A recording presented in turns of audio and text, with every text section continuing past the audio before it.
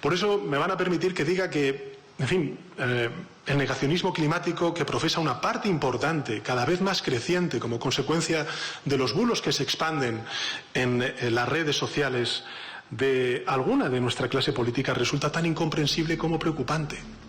El 16 de septiembre de 2025, el Subcomité sobre Eficiencia Gubernamental de la Cámara de Representantes de Estados Unidos celebró una audiencia titulada Jugando a ser Dios con el clima, un pronóstico desastroso, en la que se debatió el papel del gobierno federal en actividades de geoingeniería y modificación del clima.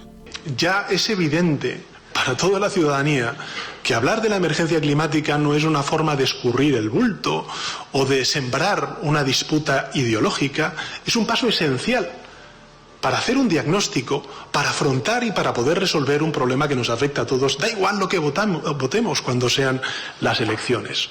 Amigos, a pesar de tratarse de un campo científico real, complejo y poco practicado según expertos, la sesión estuvo marcada por desinformación, argumentos incoherentes, contradictorios y confrontaciones ideológicas. Legisladores, científicos y analistas expusieron posturas opuestas sobre si se debería investigar, regular o incluso prohibir por completo cualquier intento deliberado de intervenir en los sistemas climáticos de la Tierra. Un paso importante como el de actualizar nuestra política de prevención o, por ejemplo, también nuestra mejor gestión del territorio.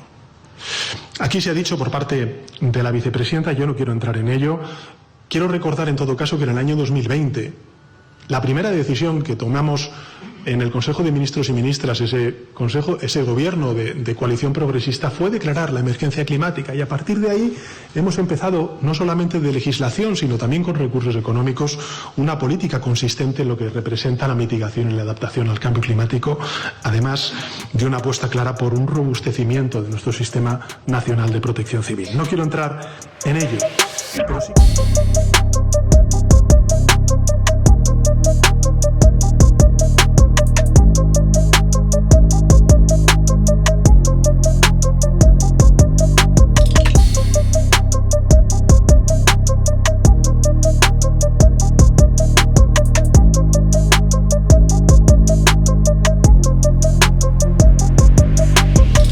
Hoy vamos a hablar de lo que se ha desarrollado en esta conferencia y en las publicaciones relacionadas con esta, aquellas que están en los portales de investigación científica. En este programa, amigos, no voy a dar mi opinión, no voy a puntualizar nada con información externa, no voy a alterar ni a suavizar los datos.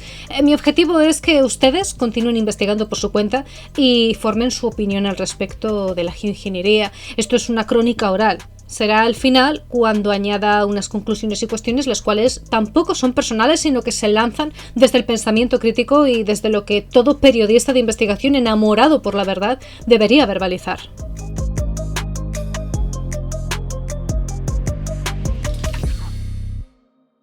La congresista Marjorie Taylor Greene lideró la audiencia impulsando su propuesta legislativa, que es el Clear Skies Act, presentada en julio de 2025. Esta ley busca prohibir federalmente la geoingeniería y la modificación climática, imponiendo multas de hasta $100.000 y penas de cárcel para quienes participen en estas actividades. Greene comparó los intentos modernos de modificar el clima con prácticas antiguas sin intervención divina, señalando que hoy se usan químicos en el cielo. Durante su intervención, Greene hizo afirmaciones consideradas como desacreditadas, tales como: quieren bloquear los rayos del sol, el mismo sol que hace posible toda la vida en la Tierra, o el cambio climático es un engaño y los geoingenieros quieren controlar el clima del planeta. Y ante la pregunta de qué institución o qué papers tachan de desinformación estas preguntas, pues tenemos esta de aquí vinculada a dicha conferencia llamada ABC News. Verificación de datos acorde a este portal, insisto, que no existe ninguna tecnología en operación que pueda modificar el clima a escala global, ergo no dice nada a una escala menos ambiciosa, que las técnicas propuestas como SRM solamente se encuentran en fase de investigación muy preliminar, que la geoingeniería no busca eliminar por completo el CO2, porque es vital para las plantas, sino reducir el exceso provocado por actividades humanas. Y por último, el IPCC concluye, tras años de estudio y consenso científico, que las emisiones humanas son la causa principal del calentamiento actual. Los expertos puestos bajo el foco son Pilkey, Marx y McCracken. El doctor Pilkey pidió una prohibición internacional del SRM, comparando esta tecnología con investigaciones de alto riesgo en virus. Christopher Matz, por su parte, sostuvo que existen actualmente 9 estados con programas de siembra de nubes, pero 2 la prohíben, Florida y Tennessee. El calentamiento global podría, dice, tener causas naturales o humanas y, según él, aún hay demasiada incertidumbre como para justificar intervenir con tecnologías como esta, el SRM, y rechazó teorías como la de los chemtrails, indicando que no hay evidencia científica para ello. Por último, el doctor Michael McCracken advirtió sobre los riesgos, pero también destacó que erupciones volcánicas naturales han servido como ejemplos de cómo partículas en la atmósfera pueden enfriar temporalmente el planeta. Some scientists think they can predict and control the impact of geoengineering. But even the best scientific models will never be able to capture all of God's wonderful creation and nature's mysteries. So we can predict the real impacts these global scale interventions would have little better than the Native Americans could know the impact of their rain dances. And we are not talking about experiments that take place within the 4 walls of a laboratory. Our world is the laboratory, and we happen to be the lab rats. Blocking the sun would have unknown consequences that no scientific climate model could ever reliably predict. This could include serious reductions in crop yields, significant changes in plant and animal life, disastrous ozone depletion, not to mention the damage done to human health. The reality is that the federal government has a long history of experimenting with weather modification. That includes a 1947 attempt by the military and General Electric to intercept a hurricane off the coast of Jacksonville, Florida.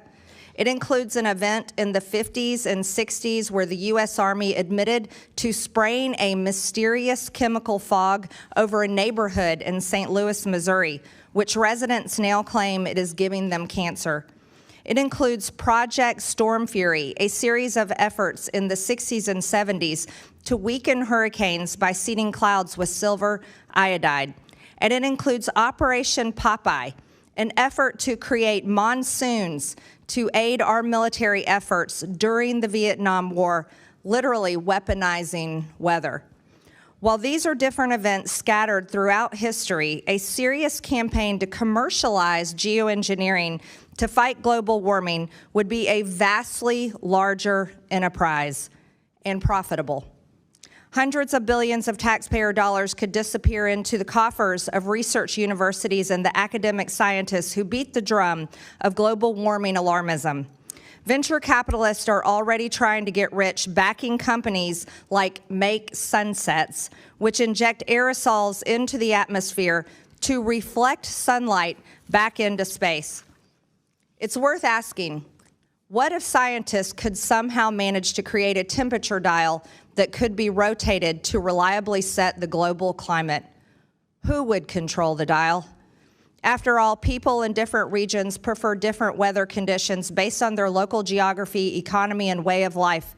The global climate impacts everyone and doesn't respect state or national borders. So would we need a world government to make choices on how to turn the climate dial? Where does it end? Despite the profound questions around geoengineering, the scientific community is pressing ahead, and they are getting financial support to do so from universities and left-leaning philanthropists like Bill Gates, who has funded geoengineering research. That it justifies the catastrophic risk of blocking out the sun. It's for the greater good, they say. I don't think it's the job of the federal government to help these people play God with the weather. Podemos extraer hasta 4 conclusiones principales sobre lo tratado en el Congreso. Primero, que hay una gran evidencia científica al respecto de la geoingeniería. 2, que hay una falta de regulación uniforme. 3, apelan a un llamado a la transparencia. Y 4, Bueno, una serie de cuestiones éticas que a día de hoy siguen debatiéndose. My 10 take-home points. First, weather modification and geoengineering have various definitions in science and policy. Precision is necessary for effective discussion. Number two, under the 1972 U.S. law, a, quote, weather modification activity is defined as, quote, any activity performed with the intention of producing artificial changes in the composition, behavior, or dynamics of the atmosphere, end quote. According to the Intergovernmental Panel on Climate Change, geoengineering refers to, quote, a broad set of methods and technologies that aim to deliberately alter the climate system in order to alleviate the impacts of climate change. Thus, most forms of geoengineering fall under the definition of weather modification activity. Arguably, the direct air capture of carbon dioxide would not fall under this definition, but other simple technologies, maybe painting roofs to change albedos to cool cities, or afforestation could fall under this definition. Third recommendation, the United States should lead diplomatic talks on an international solar engineering non-use agreement, with the ultimate goal of reaching broad agreement on a collective ban on outdoor experiments involving solar geoengineering and sufficient institutionalized capability to monitor the atmosphere to ensure compliance with the ban. Number four, weather modification activities have been widely implemented in the United States and around the world for 70 years. Many decades ago, weather modification was called weather control. Nobody calls it weather control anymore because scientists understand that controlling the weather is simply not possible. Number five, despite the long track record of experience with operational weather modification activities, the effectiveness of weather modifying activities for actually modifying the weather is unknown. A hypothesis worth exploring systematically would be whether the precise quantification of the outcomes associated with weather modification is even possible given the scientific record. There is no record of geoengineering being implemented anywhere in the world. Some proposed projects, such as in Washington State and in Sweden, have been halted prior to implementation. Number seven, due to the uncertain effects of weather modification and the fact that geoengineering has not occurred, there is no basis for occasional assertions that governments or others are actually altering the weather. Number eight, supporters of geoengineering deployment experiments involve an interesting coalition of interest. It involves those who think we are in a climate emergency and have to act, those who believe we're not in a climate emergency, but geoengineering would be better than emissions reductions, and finally, those who support or are involved in geoengineering research. Number nine, the U.S. Congress has options for improving research, understanding, and oversight of weather-modifying activities. My written testimony summarizes many of these, drawing upon the excellent work of the Government Accountability Office and Congressional Research Service, two crown jewels in this institution. Number 10, finally, my written testimony goes into detail explaining my decision to join more than 500 other scientists and academics from around the world to call for a solar engineering non-use agreement. I'll just briefly state, first, the understandings are not sufficiently developed to know what the outcomes would be, and unintended consequences are almost certain to happen. Second, our 70-year history with weather modification should give us some humility in thinking that we can understand what the consequences might be. We've been trying to modify the weather for 70 years, and we don't know if we're modifying the weather. And finally, we have one Earth, and experimenting on it. Acorde a los papers, ¿qué se sabe realmente sobre las tecnologías discutidas? Bueno, sobre la siembra de nubes, comentan que es algo que se practica desde hace décadas, especialmente en el oeste de Estados Unidos. Según la GAO, puede aumentar la precipitación en hasta un 20%, aunque insisten en que muchas veces su impacto es mínimo o incluso incierto, que no se aplica en zonas con previsión de lluvias fuertes o propensas a inundaciones, y por último, la NOAA no realiza siembras de nubes, pero sí regula y publica los proyectos que se llevan a cabo. Sobre la geoingeniería solar, argumentan que hay técnicas, pero que aún no se han desplegado a gran escala. En 2023, la Casa Blanca publicó una hoja de ruta para investigación, no para su aplicación, sino más bien con el objetivo de evaluar riesgos y vacíos de conocimiento.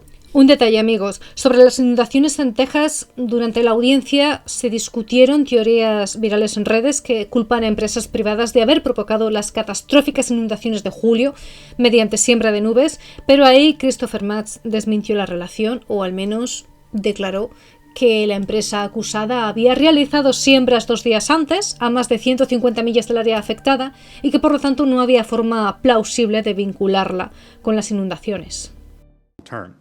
Now, as far as the geoengineering goes, using the planet as a test monkey for emerging technologies poses all sorts of risks. Among these that have been highlighted by the EPA are stratospheric ozone depletion, acid rain, and reduced crop yields.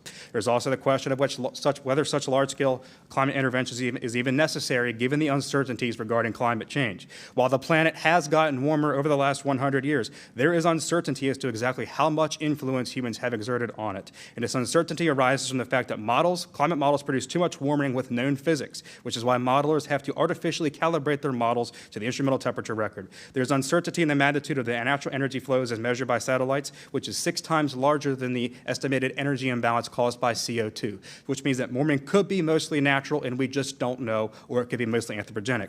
And finally, there is no fingerprint of anthropogenic or man-made global warming that distinguishes it from natural variability.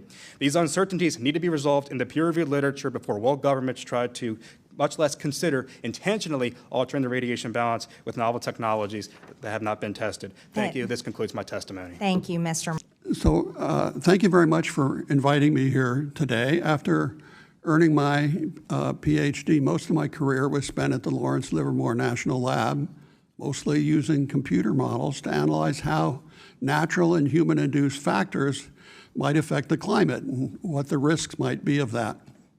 My last 9 years with Livermore were on assignment as a senior climate change scientist with the Interagency Office of the U.S. Global Change Program here in Washington, including 4 years heading the Coordination Office for preparing the first national assessment of the impacts of climate change, but also climate variability, which was an assessment called for in the Global Change Research Act of 1990. Since retiring, I've served on a number of positions on a pro bono basis with the Climate Institute, president of the International Association of Meteorology and Atmospheric Sciences, and as a participant in various other national and international activities. I'm currently on the steering circle of the Healthy Planet Action Coalition, which is a group that favors consideration of climate intervention or geoengineering, and on 2 groups that are seeking actually to address the issue to make energy more affordable. I want to say I'm not a paid employee or consultant of any organization. I'm here speaking as a scientist, and the views are my own.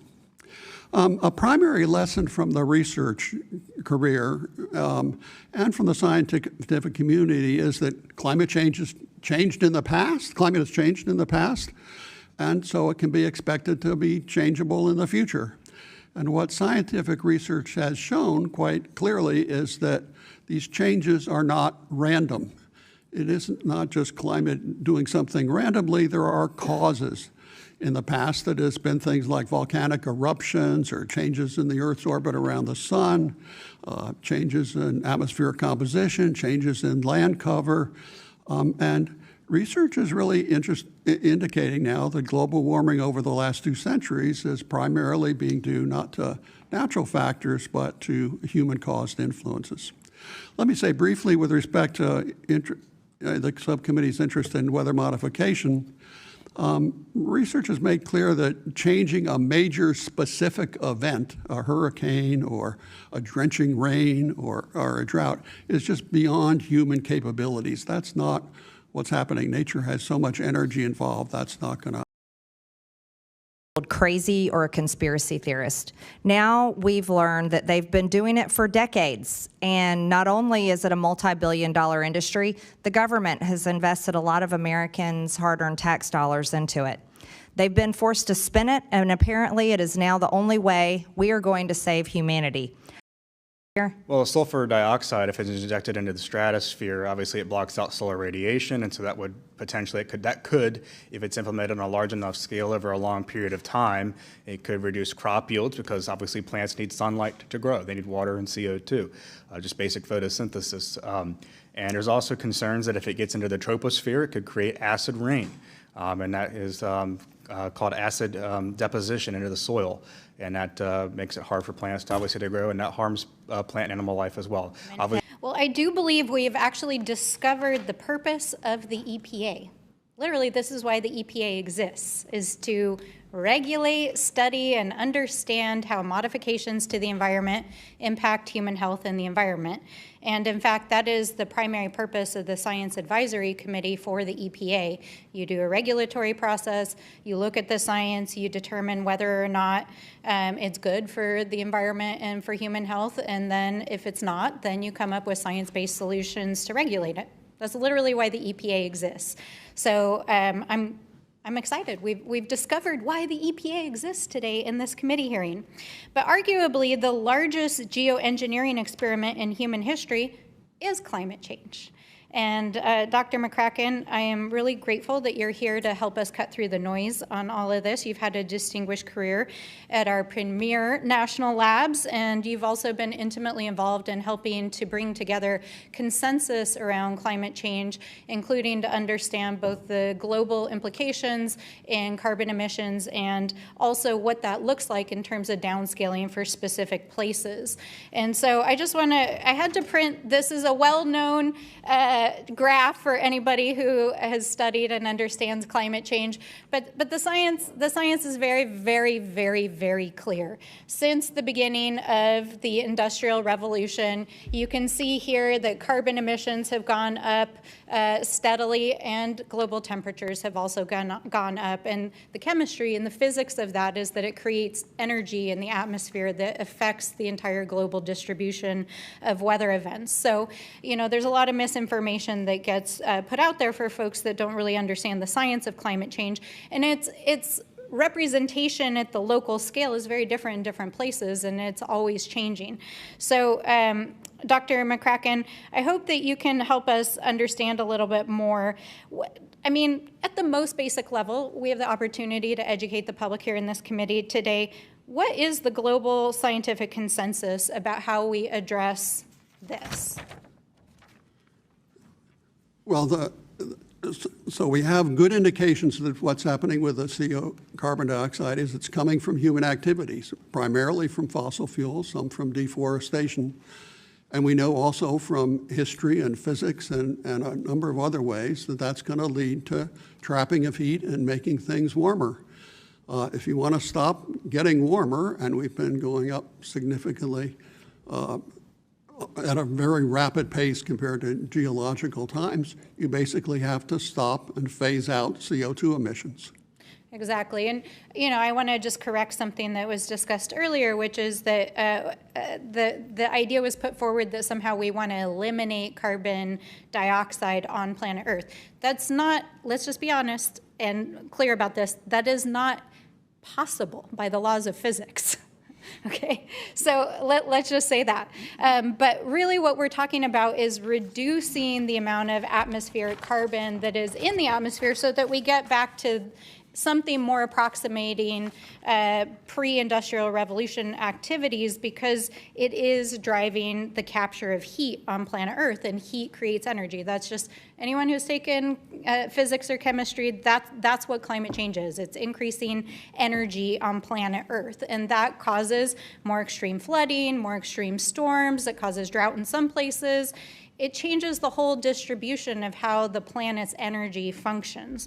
And that is really what climate change is. So in terms of reducing our carbon footprint, we're headed in the coming months into the latest incarnation of the Council of Parties, the COP, to prepare for international climate negotiations. The president has removed us from climate commitments, and the GOP has just taken away many of the tools we have to reduce carbon emissions through the Big Ugly Bill. A ver, lo que más caracterizó a las ponencias fue esa pelea entre ciencia e ideología, ¿vale? Había una gran división. Entonces, mientras uno denunciaba el uso del Congreso para promover teorías anticiencia, el otro insistía en que es que nadie puede controlar el clima y que los intentos actuales son una amenaza fabricada. Eso sí, ambas posturas, a favor y en contra, ciencia versus ideología, coincidieron en una frase, y es que tenemos un solo planeta. Pero para unos eso implica investigar, continuar, experimentar, y para otros prohibir rotundamente cualquier tipo de intervención. ¿Se habló en la audiencia de ignorar el cambio climático? Sí, implícitamente. ¿De acuerdo? No se usó esa frase tal cual, pero varios momentos de la audiencia, sobre todo desde ciertos representantes y testigos, cuestionaron o minimizaron la existencia y gravedad del cambio climático.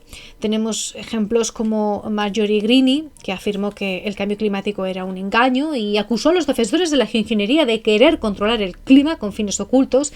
Christopher Marx, por su parte, reconoce que el planeta se ha calentado, pero insistía en que había mucha incertidumbre sobre cuánto de eso es causado por los humanos y cuánto por la naturaleza. Señaló que los modelos climáticos estaban artificialmente calibrados y que el calentamiento podría ser natural o tal vez no. Claro, esto va en contra del consenso científico internacional.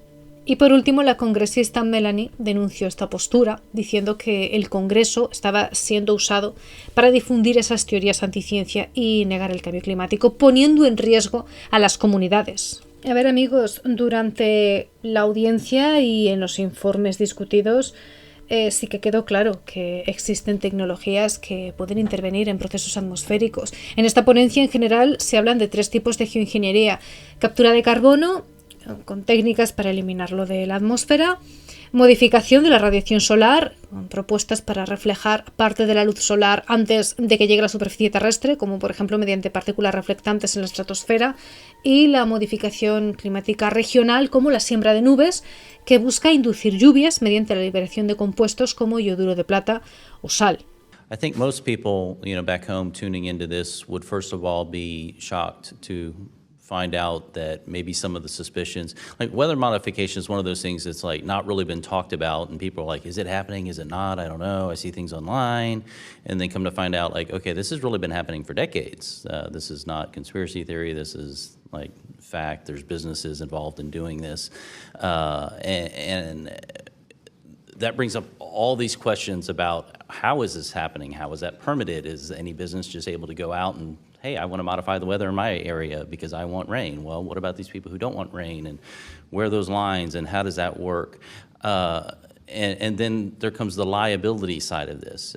Recently I'm from Texas, and so I was there at Kerrville when the tragedy happened, and everybody's concerned. Some cloud seeding happened a couple of days prior. I'm not a meteorologist, you are, and Mr. Martz, and I guess there's an understanding that that was too far away, I guess. But it does bring up the question about liability, and if it was, would the business be liable then or not, and all these questions. I was wondering, Mr. Pelkey, if you could touch on kind of those thoughts and what the current framework is, and just kind of give us a 101 for the citizenry, in a sense. Yeah, let me say, I've been aware of weather modification all my life. My dad was a meteorologist. Yeah, but you're involved in this, right? And so when I was preparing for this hearing, I looked at the NOAA database, and I was, shocked to find there was more than 1,100 reports in that database covering the last 10 years or so. So weather modification is ongoing, and the reporting is not particularly good. Assessing the effectiveness is not good, and that leads people to ask questions. So if we go back to Project Cirrus back 1947, I think it was Hurricane King, it started dissipating, and then it took a left turn and then struck the U.S. It's a natural question when someone intervenes in a system to say, did your intervention cause this bad thing to happen? This is why I've recommended having a very public, very authoritative study. We can't have Republican science and Democrat science. We have to have science that's trusted by everyone to assess what weather modification has been done, what have been the effects. If we don't know what the effects are, what research can we do to know those effects? And if we can't know the effects, maybe that would structure how we think about going forward with that technology. Yeah, I largely agree with that. I was actually going to bring up Project Cirrus, which obviously was a concern. There's also the concern, in the case of like geoengineering. I know it kind of going off topic from weather modification, but it's a similar kind of issue here. If you were to, again, if they were to implement this and it were to be successful, and it were to cause, a few tenths up to maybe a degree Celsius of global cooling, over the course of 3 to 5 years. And of course, you'd have to continue to do that over several years because the aerosols mix out. Mm-hmm. But there's also the concern that say we did this, and the instantaneous cooling occurred, and there was a really cold winter, that sent, temperatures plunging below zero down into Louisiana. We saw this actually this past winter with the Gulf Coast winter storm and the Arctic outbreak. Say something like that happened, well, people will then probably, blame that on the geoengineering. In fact, we know kind of through what natural variability, obviously the effects of this with volcanic eruptions. In 1815, Mount Tambora erupted, and it caused the year without a summer in 1816 when there was 2 feet of snow in Vermont in June. And during that same period, there were frosts in Georgia, the chairwoman's district. So there's definitely concerns about that, and there would be lawsuits filed. After Project Cirrus, there were lawsuits filed. And obviously, the results were eventually inconclusive, and the U.S. Weather Bureau put together a team of scientists that showed that the hurricanes can make those kinds of turns all on their own. Yeah. And that kind of allowed the lawsuits to kind of subside. But there are definitely real concerns about that happening in the future. Again, we just saw this with the Texas floods, with I think it was Rainmaker Corporation, if I'm correct.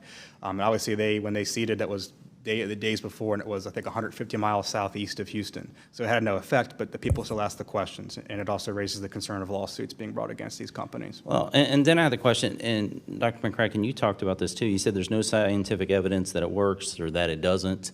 You mentioned that too, Mr. Pelkey. We've had people, not on our subcommittee that I'm aware of, but on our general oversight committee say, the Earth's going to end. I think the countdown's down to 6 years now, and there's this hysteria built around what we can and cannot do, yet there's no data for it. And I'd just say, like, our economy, we've spent trillions of dollars on this, and, like, are we actually moving that data out? Or, what's the question on that? Anyway, Yeah. The nonpartisan civil service is essential to our democracy. The Trump administration's gutting of the federal workforce is cruel, irresponsible, and dangerous. Federal workers keep the federal government running. They do essential work every day that keeps Americans safe. Nonpartisan civil servants at the Federal Emergency Management Agency provide aid after storms, hurricanes, floods, tornadoes, and wildfires. The agency's employees have warned Congress that the federal government is not ready to respond to hurricane season. More than 180 agency employees sent a letter on August 25th warning that the cuts to the agency have hurt its ability to respond to emergencies.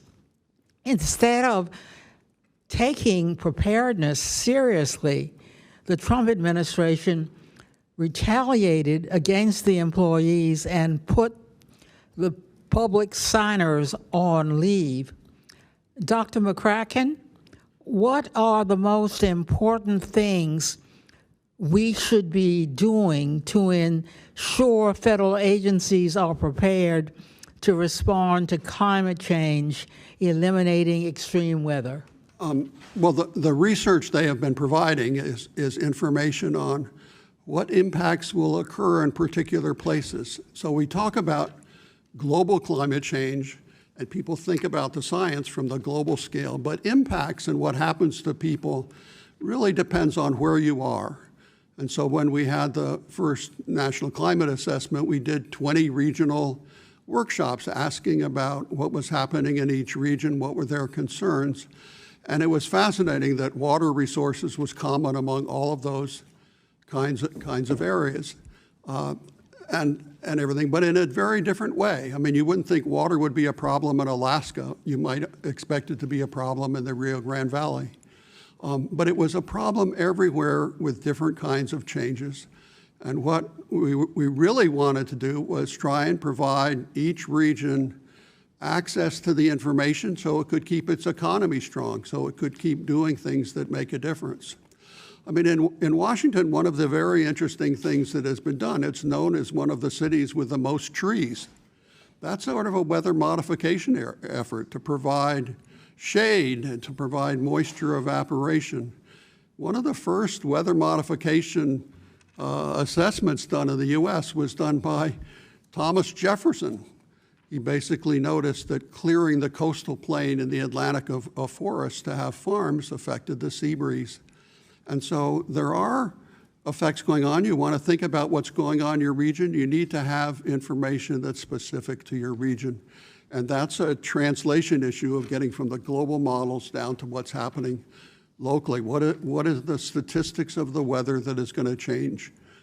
Warmer nights, hotter days, more frequent hot days, higher dew points.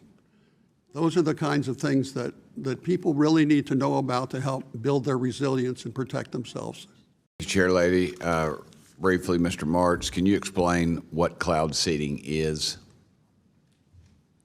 Yes, I can. Happy to explain it. So cloud seeding is the attempt to enhance rainfall or snowpack on a very localized scale. And obviously Localized meaning? We're talking on like a couple kilometers, few kilometers scale. Okay. Yeah. Are the materials used in cloud seeding safe? There are some concerns with silver iodide and how that when it precipitates out into the soil. There's concerns that it negatively can affect marine life, aquatic life, terrestrial life because of the release of silver at high concentrations. As far as dry ice, the dry ice method of it, which those pellets sublimate into CO2, that's a harmless method. Would you feel comfortable drinking a glass of water with several parts per million of silver iodide in it? I probably would not want to do that, no. Is it possible that there could be lawsuits in the future of people say they're being robbed of their rainfall? Say if the winds were in a westerly position and the clouds were to empty, say in one county that was east of this area, and then they thought that the rain should have come to them, and yet it was literally stolen from them by the cloud seeding prior to that? I think that there could be concerns for lawsuits of stuff like that for sure, and that's something that we probably almost saw, or we might see, from the Texas floods this year. Again, the results are going to be, and I think the court findings would find it, there's really no evidence that it had any material effect, because most of the studies show little effect, but again, the results are inconclusive. But that doesn't stop there being lawsuits being filed. Because you'd have the companies that were selling this process to have to come back and say, we're not effective. Correct. Yeah, and so that would be interesting to see. Mr. Pelkey, is the government engaging in any weather modification or geoengineering activities? The federal government is not. State governments, the GAO reported there's 9 states in the U.S. that support. And I will say effectiveness is measured not just in rainfall, but also in marketing. I'm from Colorado, and the state lets it be known that for ski season, there's cloud seeding going on. So have they been doing it in the past, though? They've been doing it for several decades. The federal government has been doing it. The federal government peaked its weather modification investments in the 1970s. If it was in this year's budget, it would be the equivalent of $500 million. So it was a substantial effort, but it did peak and it has declined.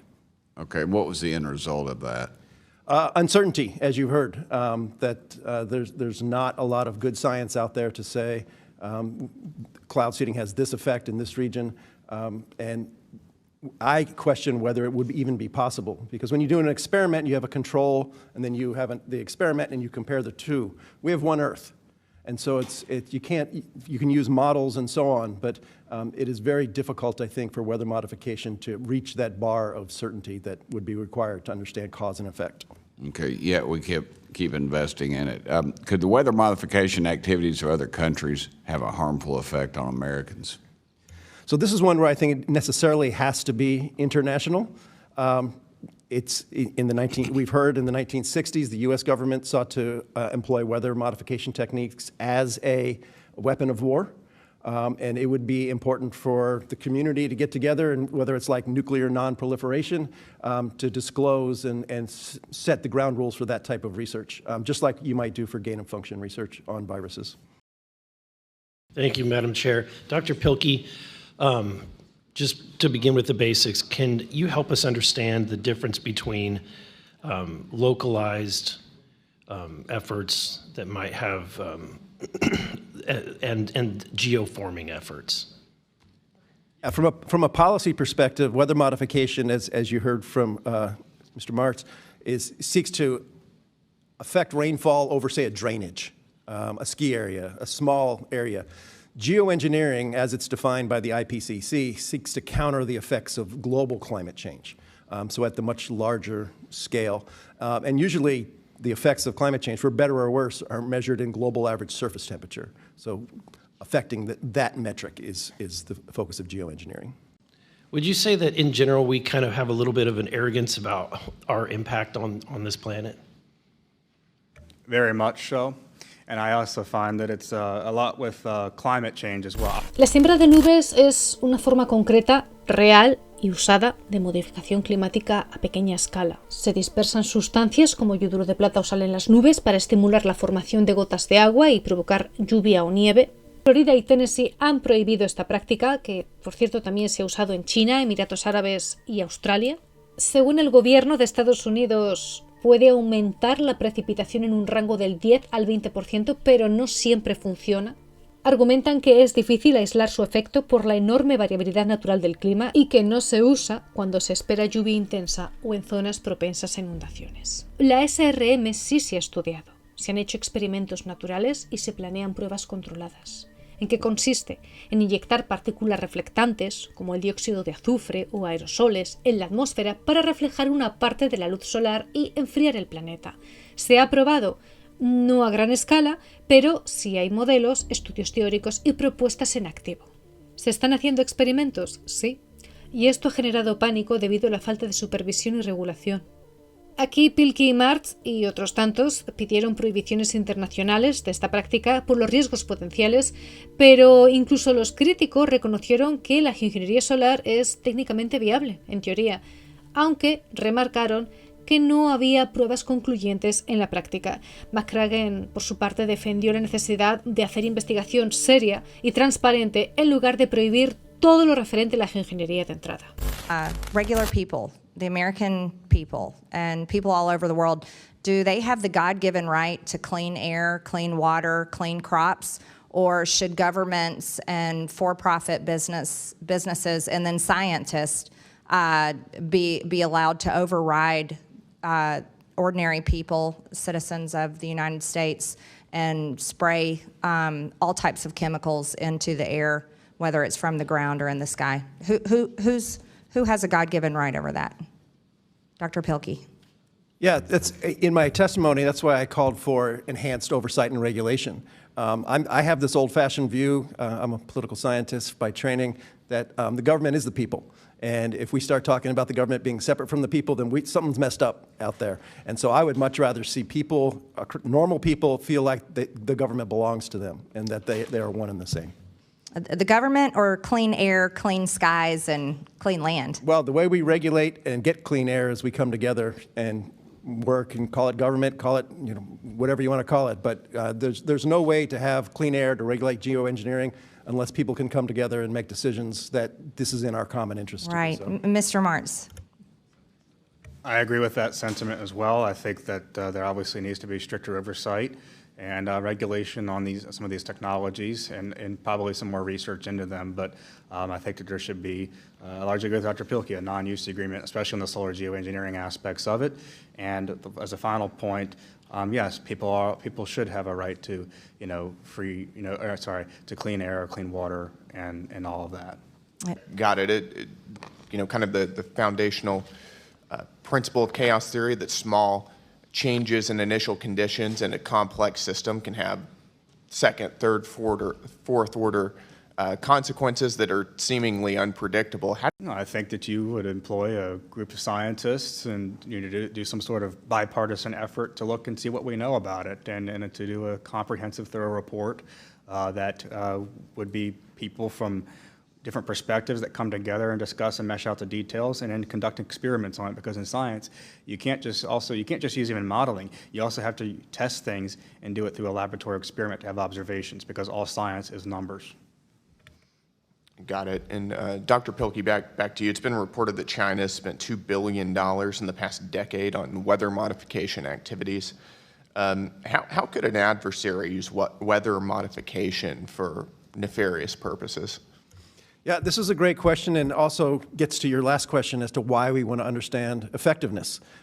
Because if it's not effective, then they're not going to be able to do much with it. And so this is why, as I said in my testimony, let's start with the questions that Chairwoman Green had in her first 5 minutes of questioning. Fantastic questions. You guys have the National Academy of Sciences at your disposal where you can ask exactly these questions. And a great question would be, given what we know about weather modification, what could our adversaries and enemies put it to use, and how would we know it? I will also say this is one reason why it's really important to make sure that the observations and monitoring of our atmosphere is fully funded, not just for scientists to do research, but so that we can... What is your opinion on how an adversary could use weather modification? So my understanding is that weather modification is not particularly effective. And so based on that level of knowledge, not much. But it's certainly something that I would want a range of experts to weigh in on, given that we don't know what's going on in China and elsewhere. Well, there's a lot going on in this hearing, so I want to kind of break it into pieces because I think it might help parse out some of the challenges I think the conversation is having. So let's talk about cloud seeding as a technology. As a technology, the idea of cloud seeding is it's based on the physics of clouds, which is that in order to have rain or precipitation, a water droplet has to be heavy enough to condense to fall out of a cloud. That's what cloud seeding is based on. And so there's been experimentation going back to the 1940s to introduce different particles into the atmosphere to see if dust or these other chemicals can create a precipitation moment, and has been identified by a number of our witnesses today. There is still a lot of research to be done about its efficacy. There are studies that have showed in certain instances it may have increased the probability of a specific incidence of precipitation, but there's also a lot of data needed, and there's a very robust analysis that GAO has engaged in and talked to experts. So that's the science around cloud seeding. That's cloud seeding. It's been proven to be egregious. It never happened. In 2006, in his documentary An Inconvenient Truth, he claimed that sea levels could rise up to 20 feet in the near future. Did that happen? It's starting to accelerate. Did it happen? It hasn't happened yet. Not 20 feet? No, but that's a possibility. But it did not happen global average in the near future, 20 feet. In fact, right now we're at elevation 410 feet in DC. You grew up in Schenectady, New York. I grew up in Pittsfield, Mass, very close to one another. We were at 1,039 feet in elevation. Princeton was at 203 feet. What is a beach house? What's the elevation of a beach house? They tend to be a few feet. Yeah, 0, 2, 3, something like that. Yes. It's interesting that Al Gore ran for president on the Democratic ticket in 2000, didn't make it. But the next president, Democratic president, did was Barack Obama. And he invested $12 million in a beach house in Martha's Vineyard. And Joe Biden, the next Democratic president, has invested nearly $4 million, at least its current value, in a beach house.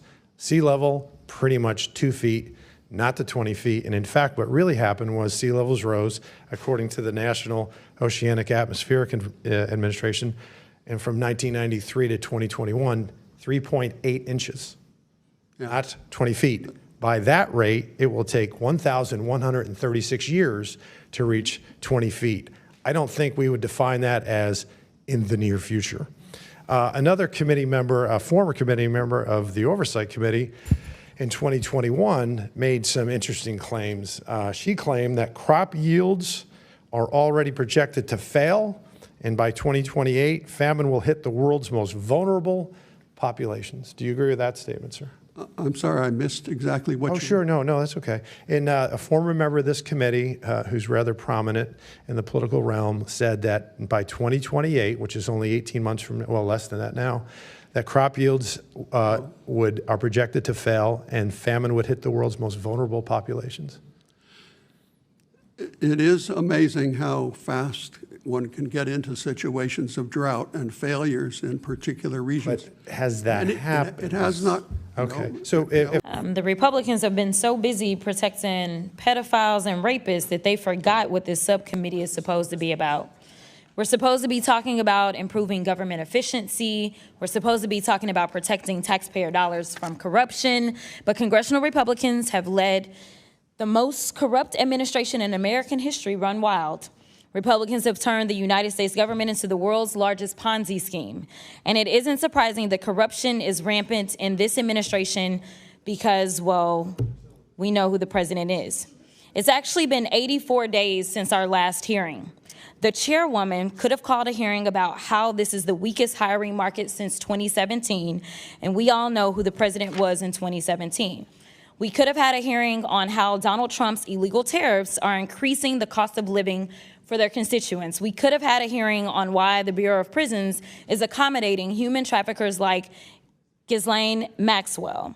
We could have had a hearing on how the president is using the office to enrich himself and his family and friends. We could have had a hearing on how this administration is illegally stealing more than $400 billion in congressionally directed funds, but they'd rather distract you from the fact that their constituents are likely to die from their decision to cut health care and SNAP before some chemtrail conspiracy. The Republicans don't care about their constituents suffering from anything.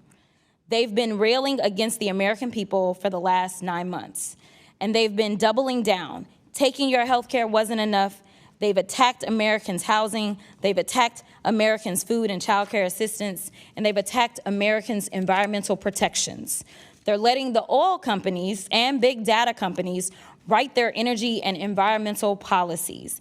These policies not only lead to sicker people, they also lead to dirtier water, more polluted air, and increased utility bills. And we know that these policies will disproportionately impact Black and brown communities around the country. So, Dr. McCracken, the Trump administration has dismantled agencies, fired scientists, defunded research, and is defunding universities. Do these actions disincentivize institutions from engaging in research and deter students wanting to work on climate science? I would think the answer to that would be yes. Thank you so much. And Dr. McCracken, wouldn't you agree that eliminating environmental research can have devastating impacts on communities, particularly Black and brown communities, which are often located in highly industrialized areas? Yes, I agree, and I might just say during the national assessment, that was one of the issues we tried to address by having some of the historically Black colleges be looking at the assessment of climate change and its significance in the Gulf Coast region. Thank you so much. Por último, se habló de la captura de carbono. Consiste en extraer el CO2 del aire y almacenarlo bajo tierra o transformarlo en otros gases, productos. ¿Se hace? Sí, hay proyectos piloto, amigos, y algunas plantas industriales en Estados Unidos, Islandia y Suiza. ¿Qué se dijo en la audiencia? Bueno, Greene lo mencionó de forma distorsionada, se quejan, insinuando que quieren eliminar el CO2 que mantiene vivas a las plantas, y aquí el fast-check aclara que el objetivo no era eliminar todo el CO2, sino más bien reducir el exceso causado por actividades humanas. Según el MIT, los métodos como la meteorización mejorada y la captura directa del aire están en desarrollo todavía y pueden complementarse con otras estrategias climáticas. Sí que es cierto, amigos, que durante la audiencia tanto críticos como defensores coincidieron en algo totalmente fundamental, y es que la geoingeniería es una realidad tecnológica emergente con potencial, pero también con muchos riesgos éticos, ambientales y geopolíticos enormes. Principales riesgos mencionados durante la conferencia: cambios de patrones de lluvia, daño a la capa de ozono, impactos en cultivos, impactos en la salud humana, desigualdad climática y una falta de gobernanza global. Por eso, tanto la EPA como la comunidad científica y expertos como Pilkey coincidían en que se necesitaba más investigación, más regulación y mucha mayor transparencia, no prohibiciones apresuradas ni acciones unilaterales. Bueno, amigos, hasta aquí la información respecto a estas conferencias. Dejaré enlace en la cajetilla de descripción, como siempre. Y ahora quiero hacer una pequeña reflexión al respecto de todo esto. A ver, en un mundo donde la ciencia debería ser el faro de la verdad, así como el periodismo, nos encontramos con un panorama cada vez más turbio, que es el de la geoingeniería. Esta palabra, que suena a ciencia ficción hoy día, sobre todo en España, o a conspiración, según pues, quien la pronuncie, no solo es real, sino que está avanzando en investigaciones, en pruebas y en debates legislativos, mientras que gran parte de la población ni siquiera sabe qué significa ni en qué consiste, ni si existe. Durante la audiencia del 16 de septiembre quedó más que claro que todo el asunto está ideologizado, politizado y altamente manipulado. Por un lado hay quienes niegan el cambio climático, otros lo minimizan, otros dicen que hay que justificar por ello cualquier intervención atmosférica bajo el argumento de salvar el planeta, porque Tierra solo hay una, sin importar los riesgos reales, éticos o geopolíticos. Pero el problema va mucho más allá de todo este simplismo. Aquí hay algo que la prensa trata con pinzas, en su mayoría por desgracia, y los gobiernos no explican y muchos científicos prefieren evitar, que es el enorme poder que encierra la posibilidad de modificar el clima y los intereses que se están alineando detrás de esta tecnología. Aquí el tema no es ¿existe o no existe la geoingeniería? El tema es ¿debería usarse? ¿Deberíamos parar? ¿A quién beneficia la geoingeniería? Es que ya no se trata de estudiar el clima, sino de intentar controlarlo. Y cuando algo puede controlar sequías, lluvias, olas de calor, incluso precios agrícolas, deja de ser ciencia pura y se convierte en una herramienta de poder. Hay lobbies industriales y corporaciones verdes que se están frotando las manos con ello. Organizaciones que se presentan como ambientalistas, pero que financian estudios científicos sesgados, escritos para respaldar su narrativa, presionan en redes sociales y medios de comunicación tachando de negacionista o conspiranoico a cualquiera que cuestione un poquito el rumbo de estas tecnologías, capturan el discurso climático usándolo como escudo para aplicar políticas sin consenso y sin transparencia, etcétera, etcétera, etcétera. ¿Esto es ecologismo? Es que hoy día, amigos, hablar de geoingeniería es nadar en un mar de contradicciones. Nos dicen que es imposible modificar el clima, pero se hacen pruebas, informes y hasta se venden servicios de siembra de nubes. Nos dicen que todo es por el bien del planeta, pero sin debates públicos, sin una legislación internacional seria, con empresas privadas tomando decisiones a puerta cerrada. Además, nos dicen que son teorías conspirativas, mientras la Agenda 2030 y pactos multilaterales reconocen la geoingeniería como una herramienta válida para mitigar ese cambio climático. A ver, ¿en qué quedamos? ¿Existe o no existe? ¿Está prohibida o se está practicando? ¿Es un tabú o una política climática aceptada? Es que este tipo de disonancia cognitiva, amigos, es muy peligrosa, es a nivel colectivo y se basa en la ignorancia. Nos mantienen ignorantes, nos hace desconfiar de todo, pero a la vez aceptar pasivamente lo que nos imponen desde arriba porque es nuestro bien y está en las agendas globalistas, y nos infantiliza, nos convierte en simples espectadores de decisiones que van a afectar a generaciones futuras. Se nos dice que la geoingeniería es ciencia ficción, pero a la vez hay estudios, experimentos y empresas que ya la practican. A ver, ¿es ético alterar el clima de forma artificial aunque haya riesgos para otras regiones del mundo? ¿Estamos ante una forma moderna de colonialismo climático disfrazada de buenas intenciones? ¿Tiene usted la impresión de que el tema del cambio climático es una excusa para cualquier política sin debate público? ¿Por qué hablar de modificación climática es una conspiranoia cuando hay leyes, presupuestos e informes oficiales al respecto? De las personas que usted conoce, ¿cuántas saben que en España ha habido programas de modificación climática y prácticas de ello? ¿Por qué hoy día no se puede hablar de esto? Necesitamos hablar de geoingeniería, con seriedad, con memoria y con pensamiento crítico. Gracias por ver este vídeo. Nos vemos en el próximo programa.